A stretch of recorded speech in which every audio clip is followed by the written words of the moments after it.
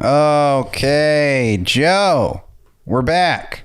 We are. We did it. We're here. And we're on film for the first time ever. On video. Gonna try not to be too self-conscious about it. Yeah, I know. I don't like it either. But hopefully the listeners who will become the viewers will like it. Yeah, I hope you guys like it because it required a whole other like 30 minutes of setting up. Yep. So I forgot the tripod. Joe forgot the tripod. So try and watch it on YouTube and go to Instagram.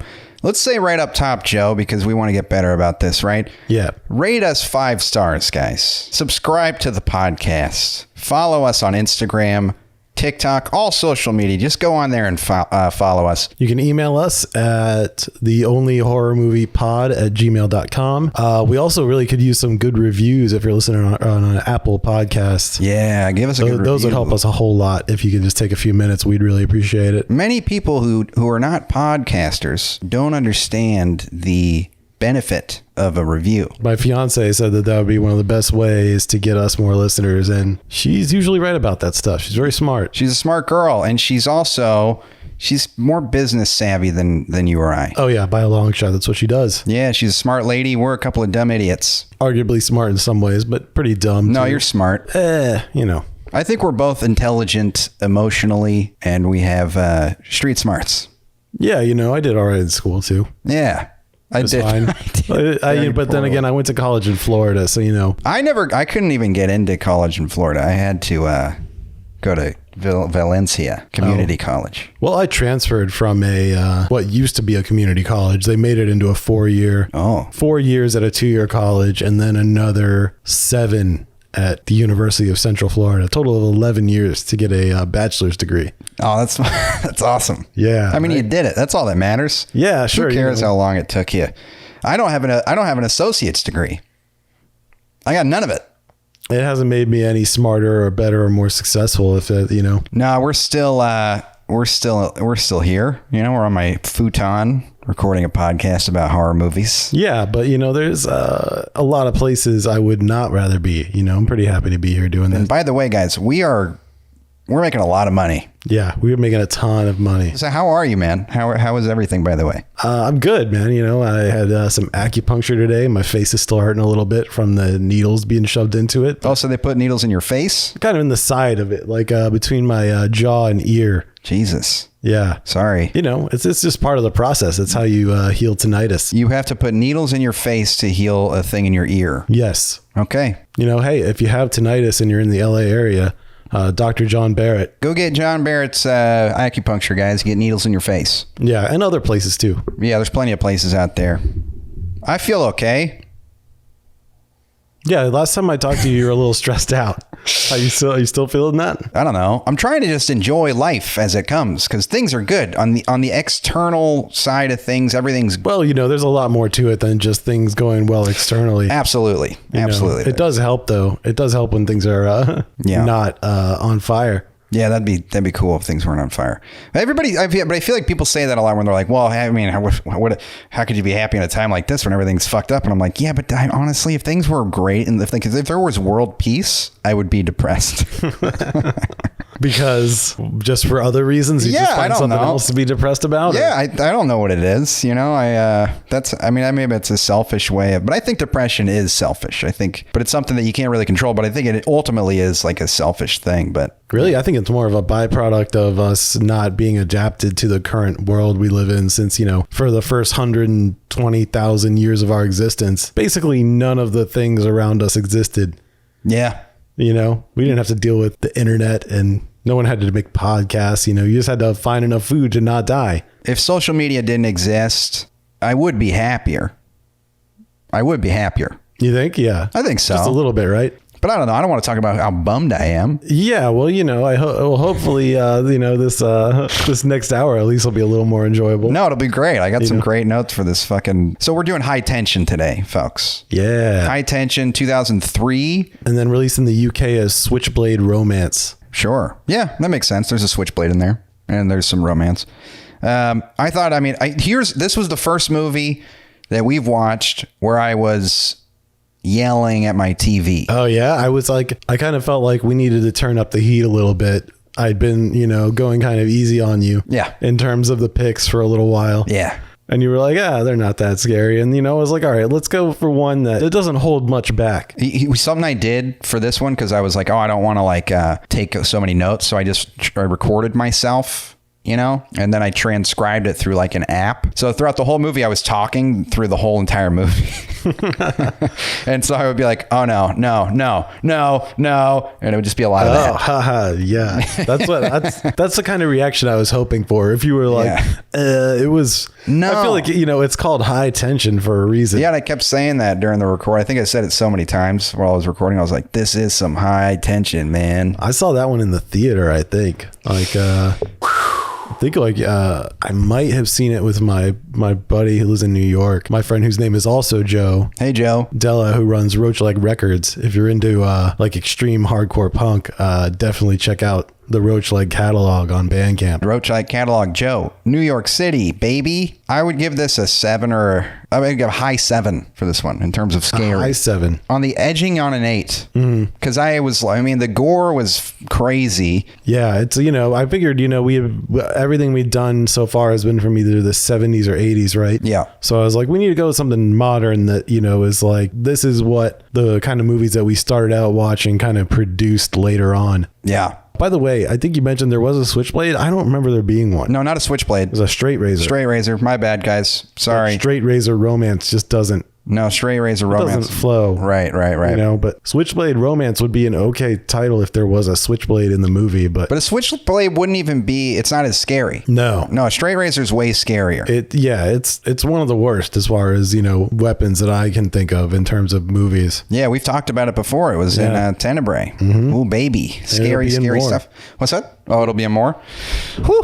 Yeah, dude, I was like screaming at my TV. I was. Phew. It's funny seeing because with the transcribing app, just seeing me like in the transcription be like, no. Oh God, no. That's great. That's amazing. So yeah, how do you want to do this? You want to just let's see. I got.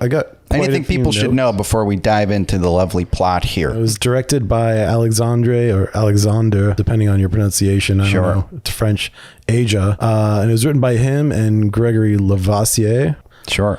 Stars Cécile de France, Mai Wen, and Philippe Nahon. Yeah, a lot of French names here, folks. Yeah. Although Cécile de France, I think, is from Belgium or something. That's right. She is. It's a she, right? Mm-hmm. Yep, that's right. Yep, and the special effects were done by Gianetto De Rossi, who did Lucio Fulci's Zombie, From Beyond, and House by the Cemetery, which we'll be hopefully watching in later episodes. Yeah. I feel like a lot of my notes can put them at the end, maybe. Yeah, well, we'll go through the plot, folks. If you haven't heard, this podcast is about... so Joe tells me to watch a movie. I don't know anything about horror movies. Joe... knows a lot more. And so he tells me to watch a movie every week. I watch it, I get scared, and we talk about it. Here, I'll just give one note before we start. Cool. Alexandre Aja, he's the son of a French Algerian filmmaker, and he's a member of a group known as the Splat Pack. Okay, what's the Splat Pack all about? So the Splat Pack is a term coined by Alan Jones of Total Film Magazine, which is a group of directors notable for their low budgets and extreme ultra-violence.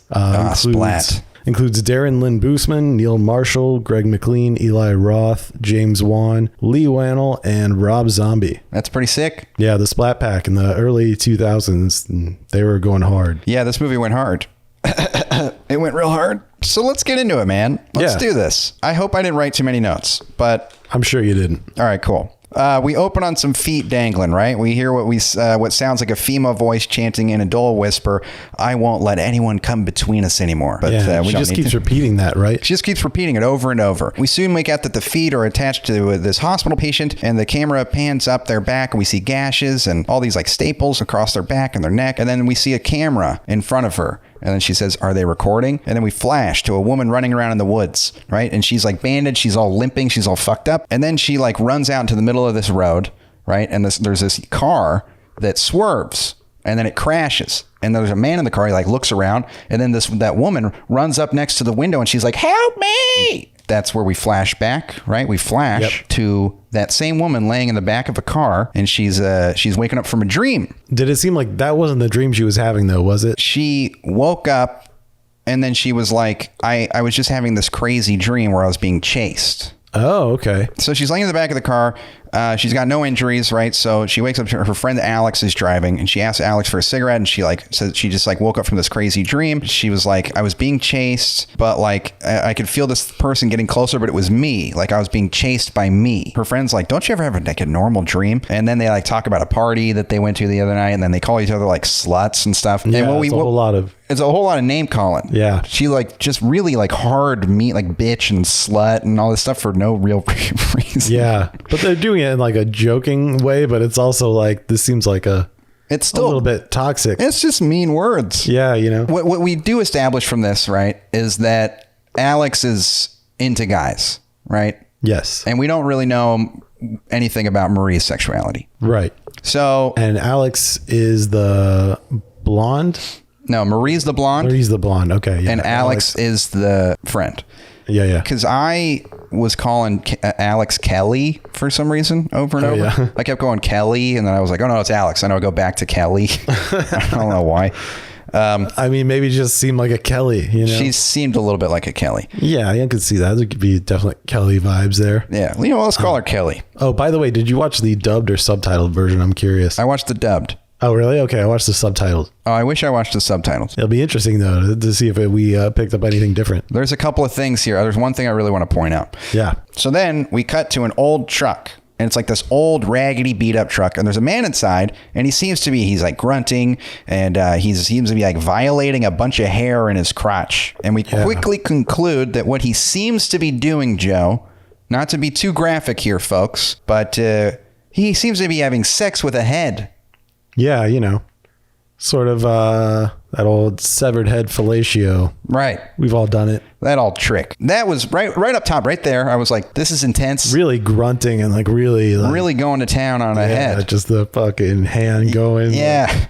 Yeah. And then he drops the head out of the window, and that's when we see that was for sure a woman's head. And then we cut back to Marie and Alex, and now Marie's driving, right? And she looks over at Alex and just kind of admires Alex, right? We're like, oh, she kind of seems to have a crush on Alex, you know?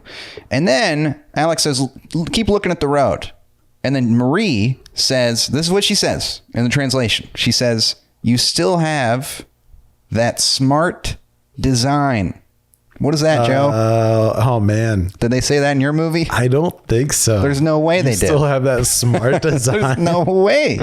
Oh, what a translation. There weren't many of those throughout the movie, but that one I was like, oh, come on, man. You still have that smart design. Yeah. They went through all the dubbing. So they had English people come in and dub it, and no one questioned it. They were like, oh, yeah, you still have that smart design. Yeah, you still have that smart.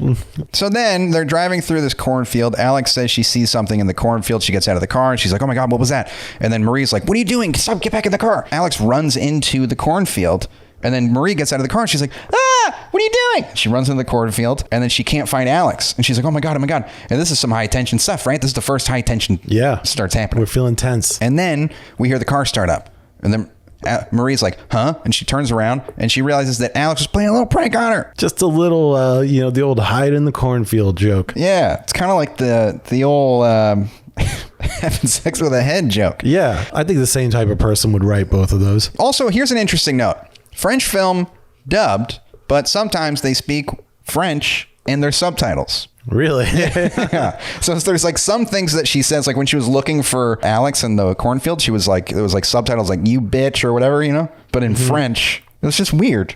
Just some things they chose to put in French. How do you say you bitch in French? I don't know. I took French for 4 years in school, but I don't think they taught you that part in school. I only got to French 3. That would have been definitely a French 4. So now they get to the parents' house, and then the parents are nice, right? They have a little chit chat. Now everybody's going to bed. It's bedtime, whatever. There's not really much, but yeah, they get in late. It's night. Yeah. And kids asleep. They meet the parents. The parents are nice. And, the only thing I'm noticing at this point is like Marie's like really curious. She's like looking around at everything like, wow, this is like really interesting. Well, she's supposed to be like, from the city, and they're like way out in the countryside. That's right. On this like kind of remote farmhouse, like way buried deep in a cornfield. Right. They're like college students in Paris or something, right? They're college students and they're out there to kind of get some studying done. Yeah, they're there to study. Trying to do a little getaway. They specifically say not for partying. Not for parties, just for books. Yeah, which, French countryside isn't where I would think of going to party. It's a bit of a trek.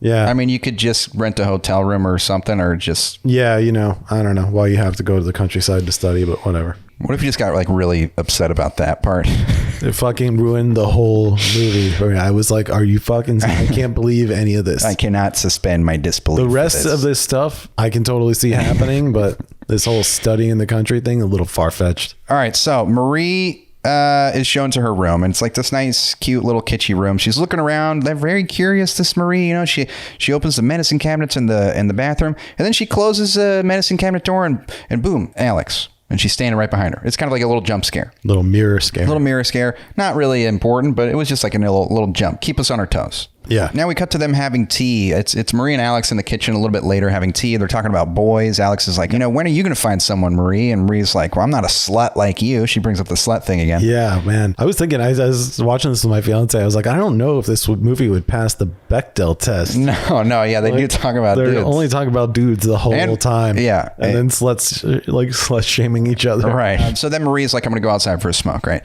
And there's like a little child swing outside. Yeah. And here's something weird about the swing, Joe. Like a tree swing. There's like a tree swing. Yeah. But there's a light on it, and we never know where the light comes from. Oh, well, maybe the kid likes to just do a little night swinging.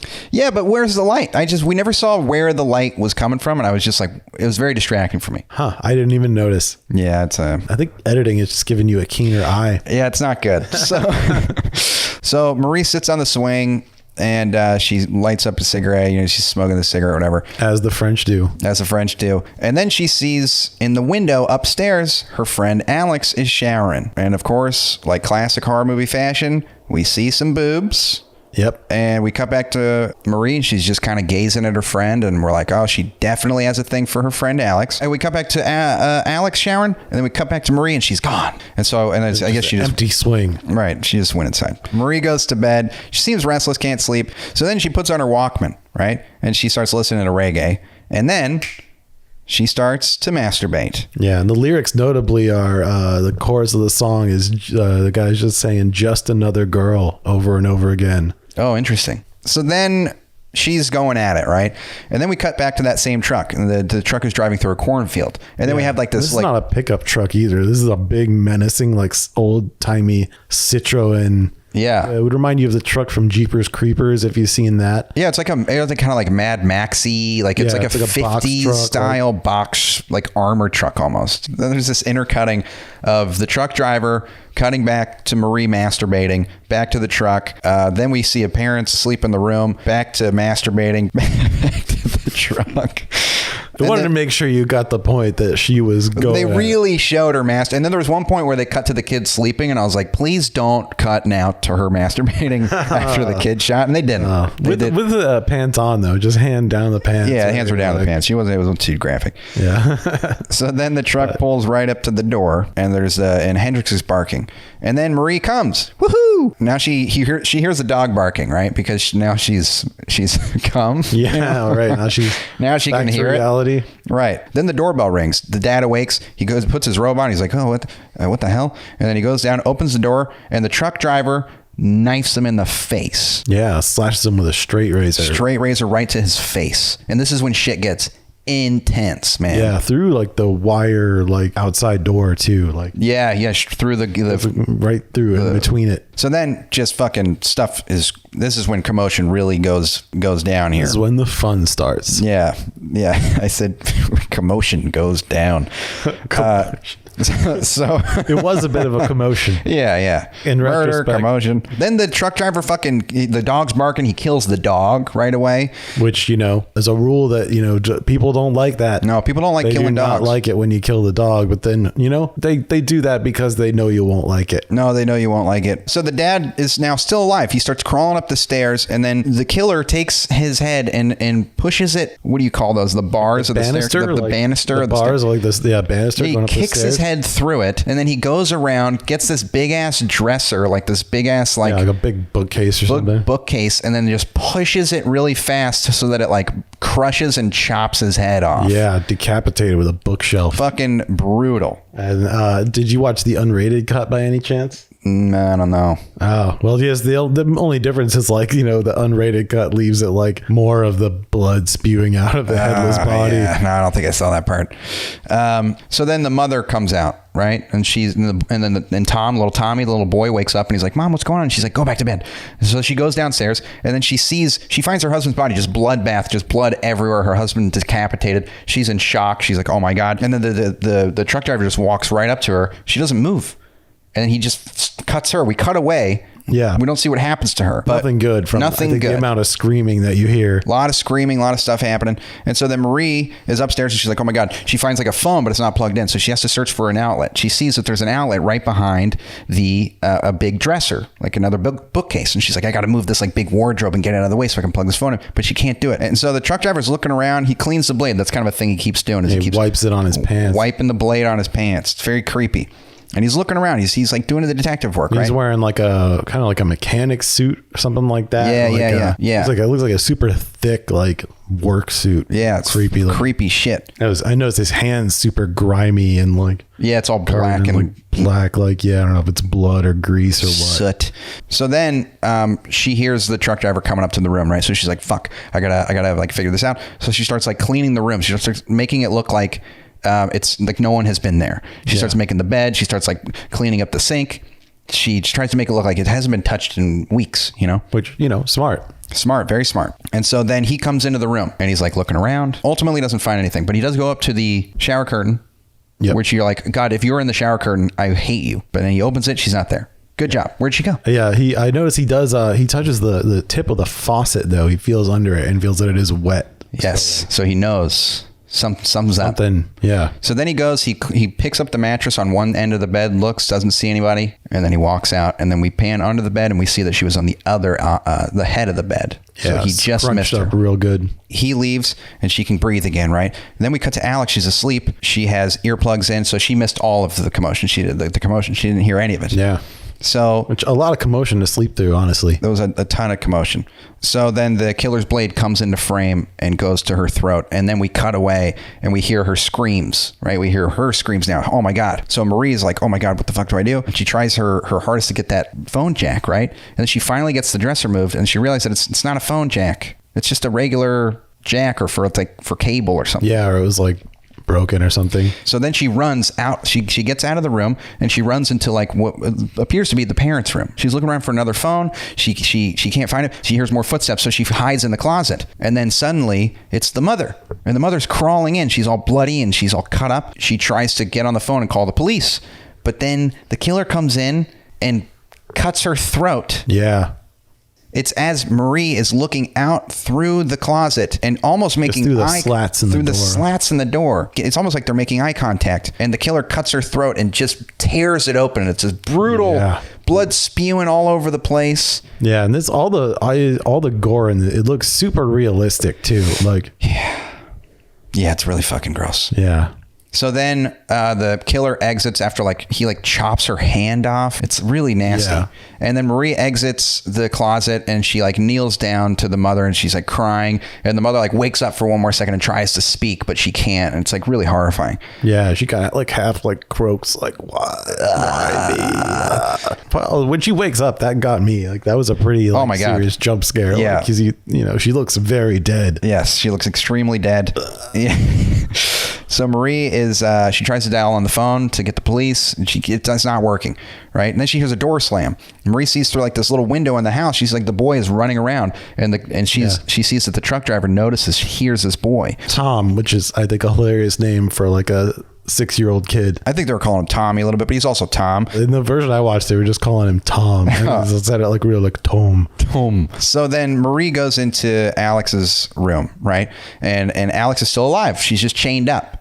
Which was a surprise to me. She's got a gag in her mouth. She can't talk. She's really tied up really, really tight. We hear Tommy scream. He's screaming mommy from outside. Marie looks out the window. Tommy runs into the cornfield, and then she sees that the killer goes and gets a shotgun from his truck, follows the boy out in the cornfield, and we hear 2 gunshots. Yep. So that kid is definitely dead. And you're not supposed to kill the kid, and they, in the first 10, 15 minutes of the movie, dog and kid both getting wasted. A boy and his best friend. So Alex sobs. She's sobbing with the gag in her mouth, and Marie's like, if he wanted to kill you, he would have done it by now. So she goes down, she starts looking for a phone, and then she realizes that the goddamn fucking phone lines have been cut. So there's nothing she can do. She hears that Alex is wailing in the background because the killer has gone up to grab Alex now. So he takes her to the truck, puts her in the truck, and then Marie's like, she's got to figure out a way to get into that truck, right? So she grabs a big kitchen knife. Yep. And then she sneaks around into the truck to get to Alex. Meanwhile, the truck driver goes in, sees pictures of the family, cracks open a picture, cuts out Alex's face. Yeah. And takes it with him. Mm-hmm. Just cuts it right out with that razor blade, real crudely. Yeah, real crudely. Like there's a little jagged face. That's all that's left. Right, and then he comes out and he's like, he knows something's up. He knows, and Alex is waiting in the truck, and she hears that he's coming, so she gets ready to stab him. She puts up the knife, ready to walk in front of that sliding door, and then instead he just closes the sliding door, that was a good moment, a little good misdirect. I thought something was going to go down. Oh yeah, like she was gonna. You can never stab the killer that early on. No. In a slasher. Oh, no. So then we see like a little sequence of the aftermath of the murders. Everyone's just mutilated. It's horrifying. Blood, decapitated bodies everywhere. Child with 2 shots in his back. Oh, do they show the kid? They do show the kid. Oh, yeah. I don't remember. I didn't remember. Yeah, I was like, they showed the kid. I was like, they didn't need to show the kid.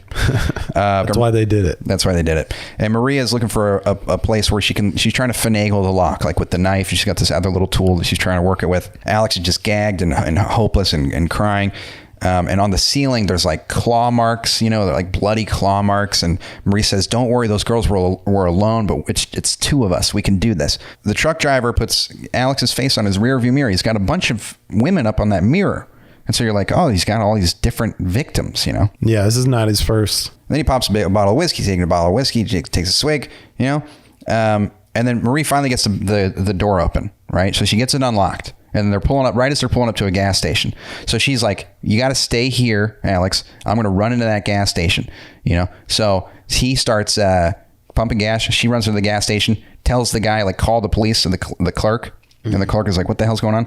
And then she runs and she hides in the back just as the truck driver's coming in. Yeah. Right? And the truck driver's like, hey, Jimmy. He like knows his name. And then he talks to her about like, hey, you ever take any ladies here, or whatever. And he's like, Jimmy's like, no, my boss would fire me. What are you talking about? Taking ladies to the gas station. Yeah. They love it. Yeah. Either snacks. Yeah, there's nothing that gets the ladies like working at a gas station in the middle of nowhere. They can't resist it. I would like it if I were a lady. It's a pretty nice gas station. It's actually a pretty nice store. Yeah, it is. So then like he tries on some glasses and he's like, how do I look? So he's fucking with this guy, Jimmy, because he knows that Jimmy kind of knows. Jimmy looks pretty nervous the whole time. He's trying to play it cool. Right. And Jimmy goes and he kind of like reaches for his gun. He's got a gun under the desk, but he doesn't go to use it. And the truck driver's like, hey, could you get me a bottle of scotch or whiskey or whatever? Jimmy goes over to get a bottle of scotch. And as he's reaching for this bottle of scotch, he turns around and he's axed right in the chest. Very much in the style of The Shining. It's just, ooh. Yeah. Oh, yes. Kills Scatman. Oh, Scatman Crothers. Love that guy. Crothers, right? Crothers. Sorry. Yeah. He's dead. Yeah. Respect. Well, yeah, that shot, I guess they painstakingly tried to recreate that shot from The Shining. So then Marie goes down into the washroom and she just hides in a stall. And then there's this kind of like long scene, which we don't need to go into, but it's just of the truck driver looking for her in each stall. Pretty common in slashers, actually, is the hiding in the bathroom stall and then checking each one, like not knowing if he's going to find the person or not. Right. And so she finally comes out and she like doesn't see the guy. She's like, yeah, I think he's gone. And she's like laughing to herself, which is like, that's not good. You never like when someone starts laughing, you're like, it's not over yet. Something's go bad. It's going to happen. So they really like to build this up, Your friend's still locked in the truck of this maniac. It's car. Not that it's no. Joy is not right now. So then she goes and there's like another scene, right? So she goes to wash herself up. We see the mirror. She pans down to start washing, and you're like, well, it's going to pan up and there's going to be the fucking guys in the mirror. And they pan up. He's not there. A little misdirect, high tension. So Marie goes and she tries to call the police. She calls the police from the gas station, and pretty much she tells them like this whole family was murdered, and the police are like, well, where and what's the license plate of this car and what gas station are you at? And like Marie's like, I don't know where I am or anything. And so like, well, we can't help you. And so she's like, well, what if I fucking set this place on fire or something? And she just hangs up. And then she grabs the gun and she finds some keys and she runs out. She finds old Jimmy's car. Yeah, his What kind of car is that, Joe? You know, I don't know exactly. It's some kind of old muscle car from the 70s, though. I think it might be like a Chevelle SS, maybe. Yeah. It's pretty cool, though. It's a cool car. It's yellow. It's got black stripes on it. Very, very cool car for a guy at a gas station. Not to say that you can't drive a cool car if you work at a gas station. Yeah, it kind of had the vibe of like, oh, this guy works at the gas station and every paycheck he gets goes into this car. Yeah. So then she drives away, right? She's like, now it's like she's got the gun, she's got the fucking car, and it's time for revenge. Like, this is the moment where she's going to get her friend back. I think it's going to, she's going to go all death proof on him. Yeah. So we're back with the truck driver, and he pours some whiskey all over Alex, and then he takes a match and he dangles it over her head. And she's like, oh my God, he's going to set me on fire. And we all think that that's what's going to happen, but he just puts it out and just is like, fuck you. You know, he's like fucking with her. Mm-hmm. He's got a pretty twisted sense of humor. I'm just going to say it. Yeah. Right. Well, go easy on him. Too dark. So Marie is like gaining on him, right? She's just trying to follow him, but keep her distance so she's not noticed. And then they make a turn into like the woods, right? Yeah. Which, as Norm Macdonald would say, nothing good ever happens in the woods. That's true. He did say that. The great Norm. So this is when that Muse song is playing. Yeah, too, right. That's right. They start playing really Muse. Yeah, that's one thing I did write down. I was like, Muse is playing, which I don't know. I feel okay about it. You know, I wasn't upset about it. You know, by French standards, it's a pretty hard rocking song. Yeah, I think they're not by anyone else's. No, it's probably pretty cool to them. So then Marie kind of like, you know, she covertly follows them down this path, and then she's following them along, and then she loses sight of them. She's like, where do they go? I can't see them. And then suddenly the truck appears behind her. Pulled the old switcheroo. And suddenly behind her starts ramming her car, and then she gets out her gun, right? And then she looks in like the rearview mirror, the side mirror, and sees that the guy is holding a bullet out of the car, his window. Yeah. And then he has all of the bullets, and he just lets them fall on the ground. So now she's got nothing. So she could throw the gun. Or she could surrender. You know, probably. The truck driver is ramming her car, and she eventually spins off, flips the car, and it just like lands, and she's like crushed, right? Yeah, lands upside down and on fire. It sets fire, and then she crawls out. And this is... I've been in this situation pretty similar to that. That's right. Unpleasant. Joe was in a bad car wreck. So, involving trucks and stuff. Yeah, and fire. So now she's kind of in that state that we saw her in the beginning of the movie, right? She's limping around. She's got these gashes all over her. She finds these greenhouses, and she goes into the greenhouses. She finds like this old shirt, and she wraps up this big gash in her arm with this shirt, right? She finds a post, and the post, like this big wooden post, has like barbed wire all over it. Yeah, like a fence post that just was lying around for some reason. Yeah. And so she takes that barbed wire and she wraps it all around the post. She's got this big fucking weapon. And we got like this kind of cool pan out of her, like with this new and improved Marie. You know? Yeah. Then, you know, the truck driver comes. He's like searching for her because he knows she's around there, and he's got this flashlight. And so she's kind of creeping around through the gas house, following the light. You know, the light is where he is. Yeah, greenhouse. Yeah. That's right. Greenhouse. Is it a greenhouse? Yeah, I think it's a gas house. Oh, I think that's well, whatever. So she's following the light through all this plastic, and she's like, so that's where he is. I know he's right there. And then finally she starts. Yeah, flashlight. That's right. What did I say? Did I say gaslight? You probably said it. I don't know. You might have said flashlight. I might just be derailing you for no reason. No, it's good. It's good. I'm just still trying to figure out what a gas house is. I don't know. So then she starts sneaking up on the light. She's like, I'm going to creep up on this light. And she's got her weapon ready. And then she sees that the light is just tied from like a rope, and it's hanging, and it's swaying back and forth. So the killer set up a little trap for her. Right. And she walked right into it. And then a fucking idiot. Like a fucking idiot. And the bag is just wrapped around her head, this plastic bag. And then he just starts suffocating her. Right. He gets her on the ground. He's just suffocating her, and he's loving it. He's having a great time. Right as she's about to pass out, she is able to, in a classic fashion, right, finds a big ass stone on the ground, picks it up, bams him in the temple. Then he falls over, and he's like, ah! And then she grabs her post and just starts beating his face in. Really, just bashing him repeatedly with this fucking barbed wire post. Oh, yeah. It's nasty. But you're like, hey, yeah, that's right. You earned it. You have this coming. You earned it. And so then she's like, oh, my God, I finally did it, right? And you're like, we don't know if he's dead. We don't know if this guy's dead, right? But then he wakes up, grabs her by the throat. Right. And then she's like, oh, she's trying not to die. You know, she's trying to survive. And then she gets that plastic, right? She gets hold of that plastic, puts it over his face, and then just holds it down. And finally, he just stops breathing, arms drop. And then she's like, I did it. I did it. And she screams. It's like one of those, there's a big scream and she finally did it. It's great. Yeah. And then we got a reveal here. So we cut back to the gas station and the police are coming up to the gas station and they're exploring. They're going in, they're investigating all this, the murder scene. They see old Jimmy with the axe in his chest and it's really, well, he doesn't have it in his chest anymore, but he's bloody all over the place. And then they go and they find security footage. Because that's one thing we did see earlier in the film. We did see a camera, and we did see that there was some footage being taken. Yeah, there's a shot of the surveillance. They're watching the footage, and they see Jimmy going to get the scotch. And then right up behind Jimmy, with an axe, comes Marie! What? Big reveal, Joe. Yeah. Did not see that one coming. Neither did I. So now we're told as the audience, holy shit. The whole time, this has been Marie. Marie did all this stuff. Yeah. Marie is the truck driver. So now we cut back to the scene where Marie is going and she's letting Alex. She's letting Alex out of the truck. And now we see from Alex's perspective that this is much more terrifying to her. Oh, yeah. Because this woman, her friend, has just murdered her whole family, including her little brother and her dog. Marie's like, everything's going to be okay. I did it. She starts getting the chains off. She's like, we made it happen. I killed him. We're going to be okay. We're going to be so happy together. And then Alex grabs the knife.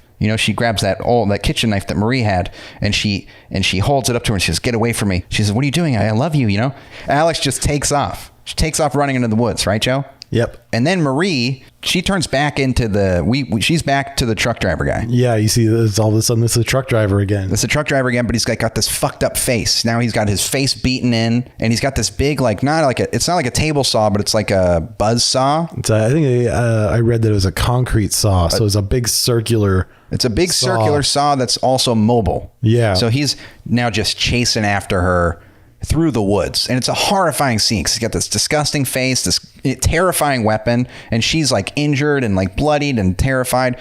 And so she's running through the woods. He's yelling at her, calling her this bitch and slut, just like they did earlier in the movie. Yeah. And then he very Texas Chainsaw Massacre-esque scene. It's very, very scary, very tense. And so then she runs out to the road, and then we see that same car from the beginning of the movie, and it has that same guy. And then he swerves off the road. Whoa, whoa, whoa, whoa. He makes that noise. Yep.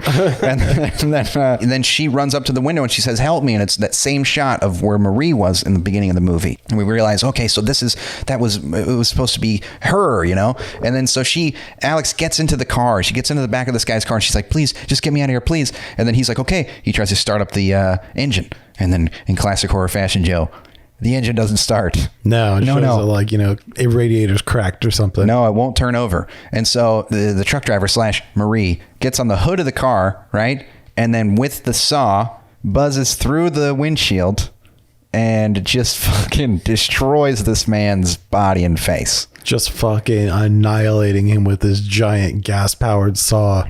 It's one of those scenes where you're like, it can't get much more gruesome than this right here. It's about, yeah. And it's blood is spewing showering Alex. She's completely covered in blood.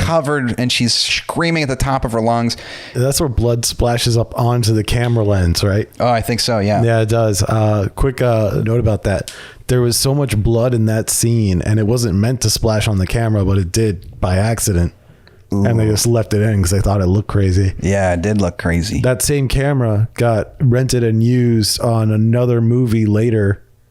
And when they were trying to focus it, blood just started oozing out of it. Like fake blood just started oozing out of the camera. Whoa. Because it was so soaked in blood during the filming of High Tension. That's badass. So then Alex goes and she grabs like something from the floorboard, some kind of like blunt object, and she gets out of the car. She starts like crawling away. And then the truck driver is slowly walking after her. She's like trying to she's facing towards him, but she's crawling away on her butt, And she's like, please just don't kill me. Leave me alone. Butt scooting.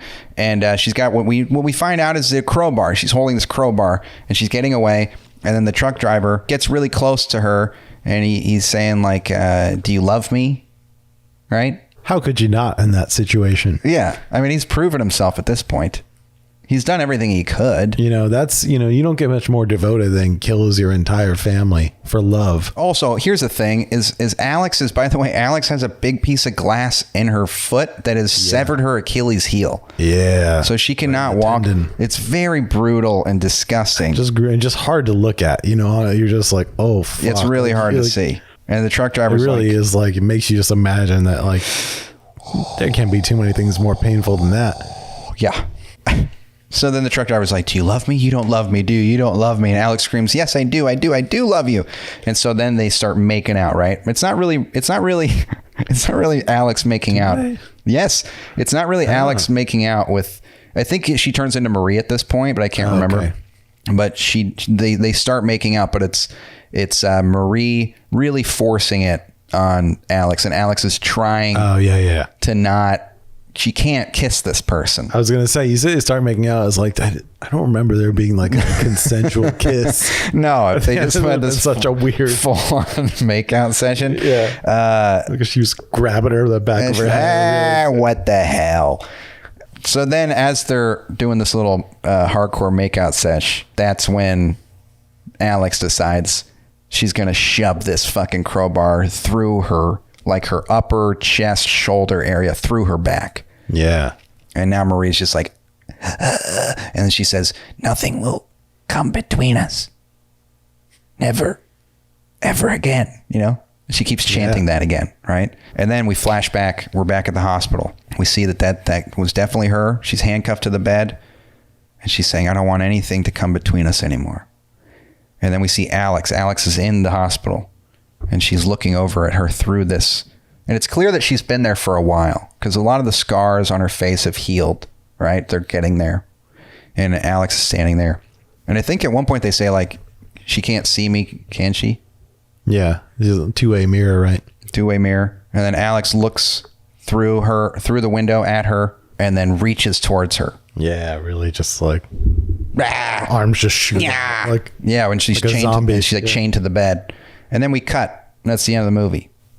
Yeah. We made it. Credits roll. That's where the credits roll. How did we do?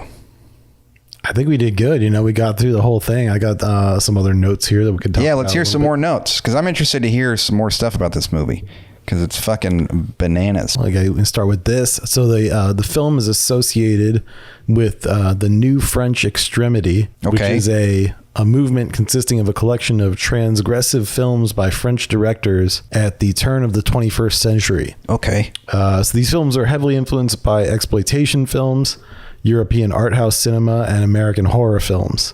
Whoa. Which I think that's really, you know, those are the ingredients to make High Tension. You know, it's like, it's got, you know, American slasher. Oh no, my camera died. Oh, do you want to? Should I grab a battery? Yeah, let's just swap the batteries on both of them real quick and keep going. Okay, and we're still recording audio, right? Hell yeah, dude. All right, sweet.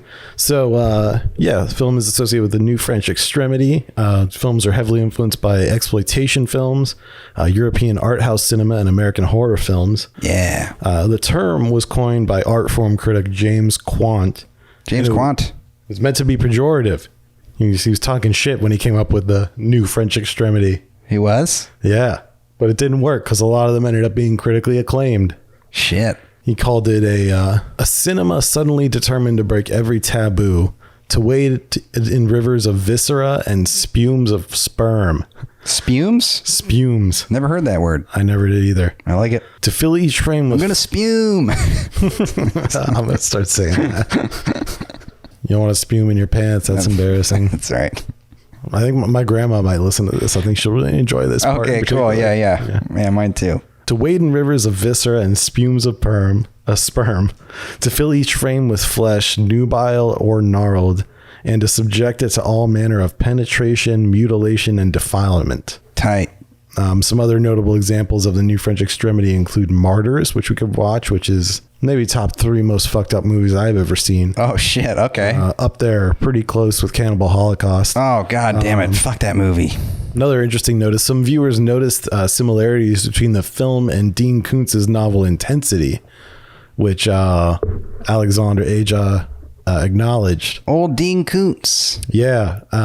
People asked, Dean Koontz, like, hey, are you going to sue these guys for making an unauthorized movie based on your novel. And he said he would not sue because he found the film so puerile, so disgusting, and so intellectually bankrupt that he didn't want the association with it that would inevitably come if he pursued an action against the filmmaker. For this movie? Yeah. God damn. Which, my response to that is like, what a fucking nerd. Right. Yeah. Fuck you, Dean Koontz. Yeah. Wait, what did Dean Koontz do again? Did he do, I don't want to say the wrong book name because then I'll feel like an idiot. There's a lot of thrillers. He's kind of like the... Okay, then we'll the lame version of Stephen King. All right, cool. We'll forget that I said anything. I'm not trying to give Dean Koontz any shout outs here. No. I doubt he'll ever hear this. Yeah, suck it, Dean. But so several scenes had to be cut short to avoid an NC-17 rating, including Alex's father's headless body spraying blood after he's graphically decapitated with a bookcase. Yeah, that makes sense. Alex's mother's neck spurting blood after her throat is slashed. Yeah, brutal. A lot of blood spurting. Yeah, a lot of blood spurting. Close-up shots of Jimmy the gas station clerk with an axe sticking in his chest. Brutal. Marie smacking the killer in the face with a barbed wire pole was shortened. Yeah, mama. And fewer of the killer's wounds were shown in detail. Yeah. And the driver's disembowelment with the concrete saw was shortened. Yeah, shortened. All these things were shortened. Yeah. See, the only thing that I was like, this could be longer, and not because I wanted it to be longer, but her beating the guy's face I was like, it would make sense for that to be longer because we think she's been through all of this horrific thing, and then she's just like, I'm going to keep going. To me, I'm like, I would keep going, right? Yeah. I think the version I watched, he goes for a while. Because I watched the unrated cut. Oh, man. You can borrow that whenever you ever want to watch it. I'm good. Interesting note, the filmmakers asked the production company Europa if it was possible to cut the head off of the female figure in their opening logo. So, their logo, the Europa logo is like this like dolphin that like turns into a lady, I think. And they were like, can we cut the head off of that? Just for this film? Yeah, because they thought it'd be funny. Yeah, that would be funny. Yeah. I like that idea. Yeah, they said no. And Aja said, it's a shame because it could be very funny to have her head fall in the water and put blood everywhere. He's like, no, you're not getting it. Yeah. So it's the same image, but without the head. Yeah. And there's blood all over the place. No, are you guys not hearing me? How funny would this be if we did this with your logo? What if we added more blood? What if we add like a piece of her spine sticking out? We're concerned people are going to say this movie went soft. Yeah, right. Oh, here's another one. They originally planned to show the boy's death via his brains launched toward the camera after being shot in the back of the head. Jesus Christ. But ultimately decided, quote, nah. It's a little bit too much. That was her quote? Yeah. Yeah, it is a little bit. I mean, come on, folks. Yeah, right. We got to draw the line somewhere. Yeah, we got to draw the line. We already killed Hendrix the dog. Although that would have been so ridiculous. I think it would have some of this stuff, it just would have been like, it would have been funny, which kind of would have made sense if Aja's later work. Yeah, I don't know it. Well, he made Piranha 3D. Oh, okay, all right. Which is a movie I definitely want to do because I love it. Yeah, no, I'd love to see it. It's great. The gas station attendant was played by an American friend of theirs named Frank Calhoun. Hey, Cal. He later went on to direct his own movies, including P2 and the remake of Maniac. Oh, right on. Maniac is a great one too. You can watch that. That's another very disturbing, similar kind of vein of a movie. Wait, who's in that? Have I seen that? I might have seen that. Maniac? The remake is Elijah Wood. Oh, okay, never mind.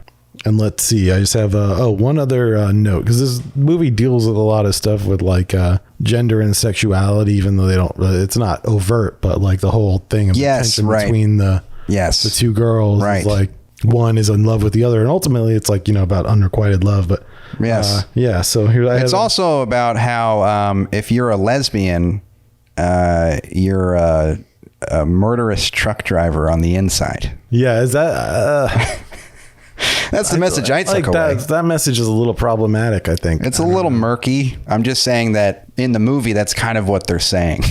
I don't know. I don't know if they would stand by that, but that's open to interpretation to some degree. Yeah, there's a lot of art is, subjective. Yeah, a little bit of more serious note here. And this comes from Logan Ann Taylor of Split Tooth Media. We see a conversation in which Marie jealously critiques Alex's promiscuous sex life with men, while Alex waxes on about her lovers and her appreciation of the male body.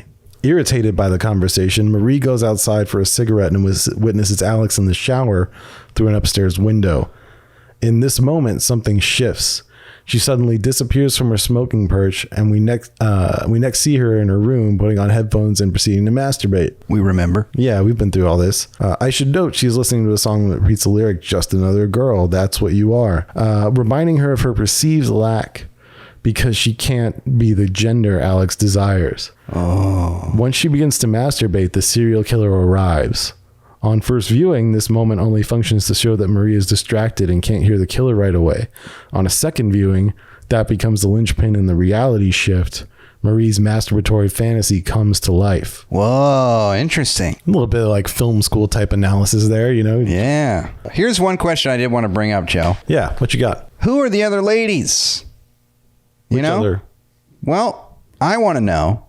Because the truck driver is introduced earlier, right? Okay, so if we're taking that note, right? If that's when the tonal shift happens, that's when like the duality happens. Yeah. But what about the guy when we saw him earlier having sex with a head, Joe? Well, you know, we can. I think there's different ways of interpreting that. Yeah. I think it's kind of a Tyler Durden type situation, you know, where like a lot of this just exists sort of in its own world, in Marie's head, right? You know. Yeah, that's a good way of thinking about it. It's very Fight Club-esque with that turn with her and the truck driver. Yeah, she's got a real disturbed kind of psychosexual being inside of her. I don't know. It's maybe another example of horror movies getting the wrong take on gender dysphoria. Right. I think there's a lot of unfair criticism laid toward these movies that they're like all misogynist and just like bad and problematic and, you know, don't have any artistic merit. But we'll say they are guilty of portraying like trans people and people with gender dysphoria and things like that, right, as like serial killer types, basically, which is about the polar opposite of what they are in reality, I think, in most cases. Totally. And so do you think you get that from this movie, though? You feel like it's the lesbian who's the killer and she's... Maybe it's a little bit overanalyzing what this movie is supposed to be, honestly, because... I mean, you know, maybe... I don't know what... You know, I haven't been recording mine. Oh, really? Yeah. Oh, shit. I'm sorry. You want to redo it? Or you can just... No, let's not. We'll just... Fuck. Hey, you know, it's all part of the learning process. It's all part of the learning process. I think... So worst thing that happened here, Joe, is that everyone's just going to be watching you. I don't know how I feel about that. Maybe I'll cut myself in just like dancing around, you know? Yeah. Should we just get some reaction shots? Yeah. That's what we'll do. Yeah. We're trying to be professionals about this, but you know, we're also new to it. So these things happen. Son of a bitch. All right. That's okay. We got most of it. You know, we got at least like an hour. We got about 50 minutes or so, or at least like an hour. Yeah. Did we ever mention the name of the podcast, by the way? That's the Only Horror Movie Podcast, folks. Yeah. I can throw it in at the beginning, you know. Thanks for listening to the Only Horror Movie Podcast. Yeah, folks. Your only option when it comes to horror movie podcasts. Yep. You're welcome that we're the only one. Don't even bother looking for other ones. We keep telling people to start their own, but they're like, nah. Yeah. Why would we do that? This has been fun, guys. Fucking the camera. We had a great time. Hope you guys enjoy High Tension and, as much as we did. We love you, right? Do we? No. Okay. All right, guys. Bye.